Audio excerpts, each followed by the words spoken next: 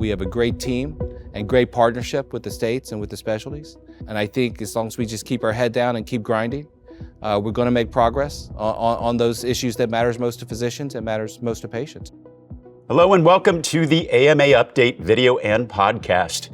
Well, it's empty now, but we're here on the floor of the AMA House of Delegates, and soon this room's going to be filled with physicians, residents, and students here to talk about health policy. And to kick it off today, we're going to talk with AMA's Senior Vice President of Advocacy, Todd Askew, and get an update on AMA's advocacy efforts and talk about our priorities for the year ahead. I'm Todd Unger, AMA's Chief Experience Officer. Welcome, Todd. Hey, good to be here, Todd. It's great to see you. We got a lot to talk about. Why don't we just kick it off by talking about what everybody's talking about in Washington right now, which is the budget reconciliation bill. Why don't we just start by getting a preview of the latest news on that? Well, as you know, the bill has passed the House and gone over to the Senate. We started out with some possibility of some benefit cuts and some funding cuts in Medicaid. The worst things did not come to pass, but unfortunately, there are still some pretty significant Medicaid provisions. CBO just in the last couple of days has come out with projections that almost 11 million people could lose their health insurance because of those provisions. So we are continuing to work and encourage folks to reach out to the United States Senate to talk to their members about the impact that will have on the ability for not only patients to maintain good health, but for practices to remain sustainable, the impact on hospitals and nursing homes and other providers. It could be pretty significant if those cuts come to fruition. And unfortunately, it's not even as much about cutting, as we said, benefits or eligibility. A lot of the provisions actually just make it harder for people to get coverage for which they're eligible or to maintain that coverage. And that's where some of the savings comes from. So we really need to see some improvements there. We did, though, have some positive news on the Medicare front in that they included for 2026 Medicare update of 2.25% approximately, which is 2 full percentage points above what's in current law, and then tying future updates to the Medicare Economic Index, not at the level we would like. So even our staunchest champions agree that we're going to continue to need to work in future years to increase those updates. But it's the first time in 2 decades that we've had some tie to the actual increases in cost of providing care in the formula. And lastly, another area of concern in the bill is the impact on student loans. There are some changes in the student loan program that would cap the amount of dollars that students could borrow, as well as their eligibility for public service loan forgiveness, which will unfortunately negatively impact medical students, given that the caps fall well below the total cost that most medical students encounter in financing their medical education. So a lot of work to do, a lot of challenges in moving the bill forward, but it's a long process that'll play out again over the next few weeks. We're fully engaged. The physicians are fully engaged through the grassroots program, and we're hoping to see continued improvement in this bill as it moves forward. So the House passed this. It's now gone to the Senate. Right. Kind of what can we look forward to over the course of these next few weeks? Well, I think we're starting to see changes rolled out by the various committees in the Senate. Some committees perhaps will have markups. Some committees may not. I think the Senate Majority Leader is leaving it up to the committees to decide how they would like to proceed. Conversations are obviously going on with the White House. The president is very engaged in kind of rallying the Republican members. This is a purely partisan exercise. The Democrats really are going to be against whatever comes out. So they're trying to just get the number of Republicans they need. There are people who feel the bill goes too far and they want to see it moderated.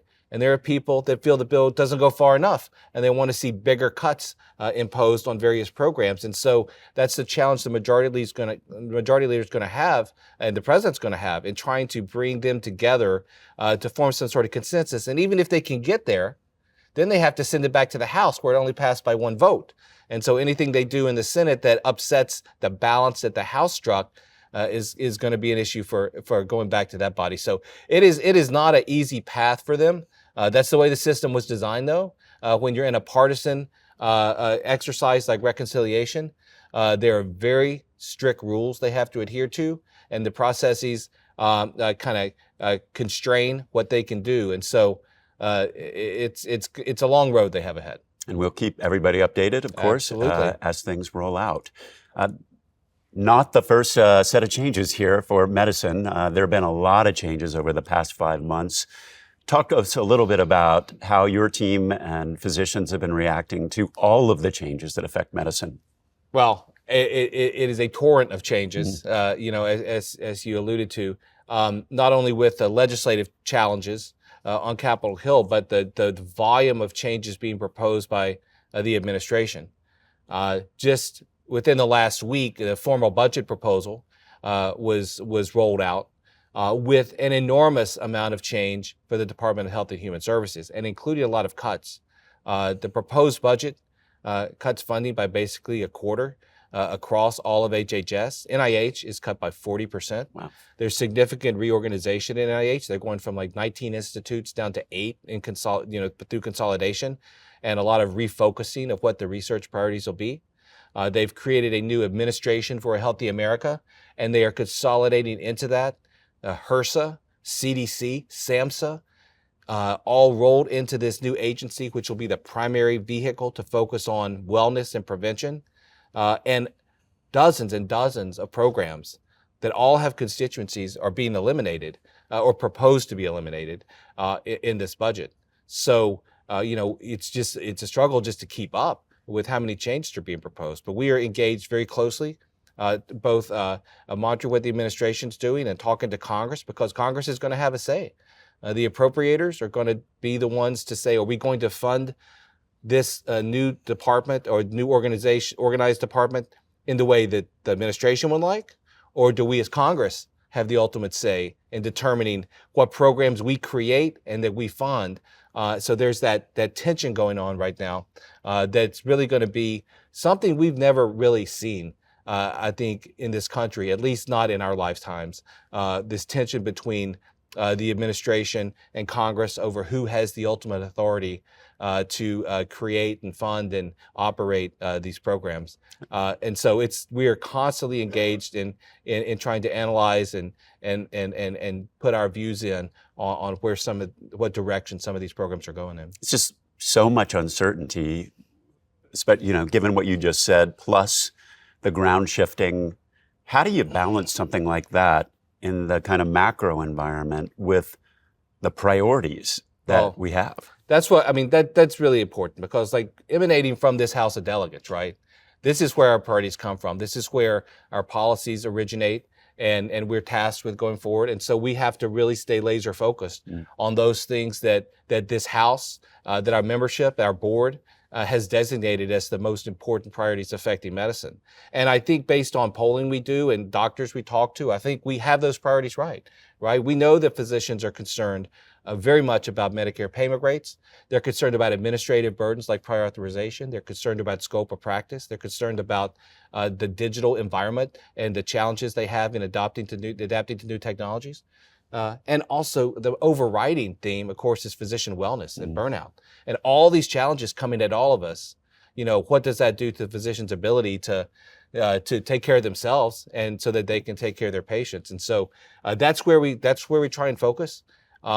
But there are a lot of distractions, and there are things that have to be tended to as well. So it is, as you said, it is a challenge. Let's dig into one of those topics that you brought up there. The term prior authorization, I never thought I would see that enter the public lexicon in the way that it has recently. It's a problem that affects everyone, from congresspeople that we've talked to everyday people. They're all experiencing, but this burden that then gets placed on the physician has been very destructive to well-being, for instance. No, it's an incredible burden on physicians and their practices. It's an incredible burden on patients who sometimes are left to wade through these difficult processes themselves. It's a cost to the entire healthcare system, including to payers. And it's difficult to understand how the time and effort spent on prior authorization. Obviously it makes sense for some payers, but I will say we're starting to see, given the groundswell across the country about prior authorization and the burdens, we're starting to see payers begin to realize that this is not the way the healthcare system should operate. You shouldn't have to fight to get coverage that you've already you've already paid for it, that your premium dollars fund.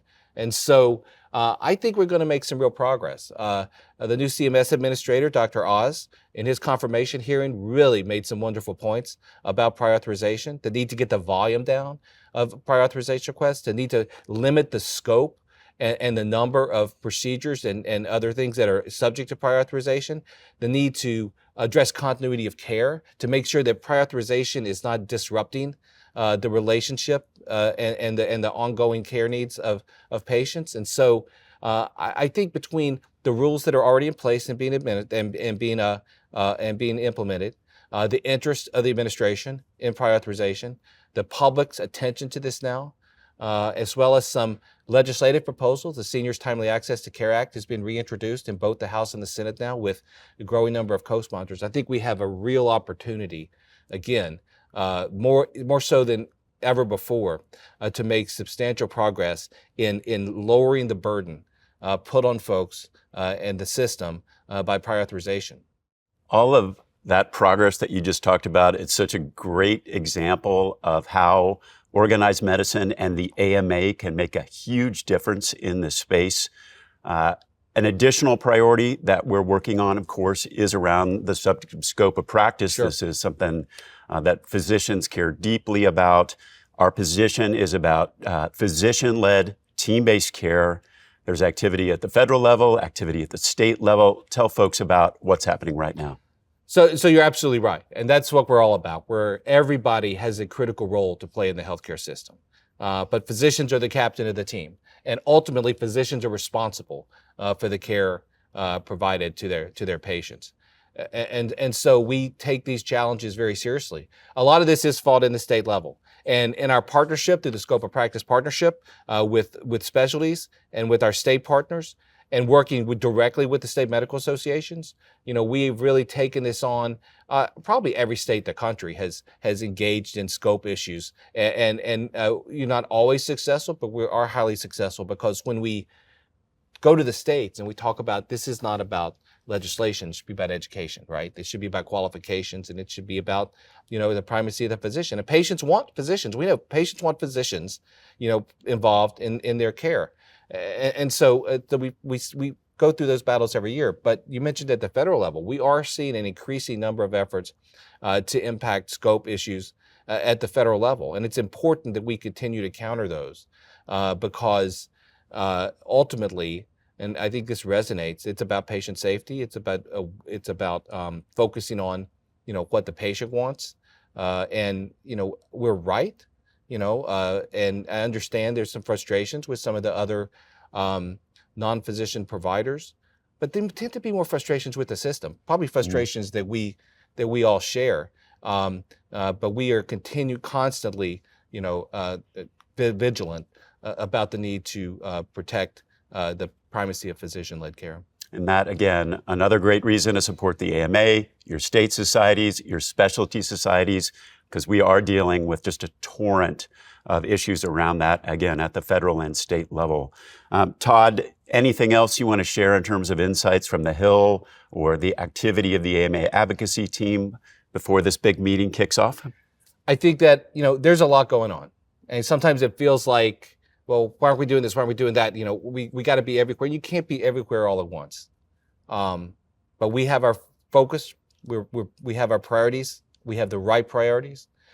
We have a great team and great partnership with the states and with the specialties. And I think as long as we just keep our head down and keep grinding, we're going to make progress on those issues that matters most to physicians and matters most to patients. And so we're excited to hear what the House has to say and to hear the direction that they want us to go in, and are just looking forward to a great meeting. Todd, this has been a great conversation. I'm sure everybody out there appreciates all the insight and, of course, all the work that you and the AMA advocacy team are doing to protect physicians and patients in this uncertain environment. To support the AMA's advocacy efforts on the issues that we talked about today and all the ways that we're fighting for physicians, we encourage you to become an AMA member at ama-assn.org/join now. That wraps up today's episode, and we'll be back soon with another AMA update. So be sure to subscribe for new episodes and find all our videos and podcasts at ama-assn.org/podcasts. Thanks for joining us today. Please take care.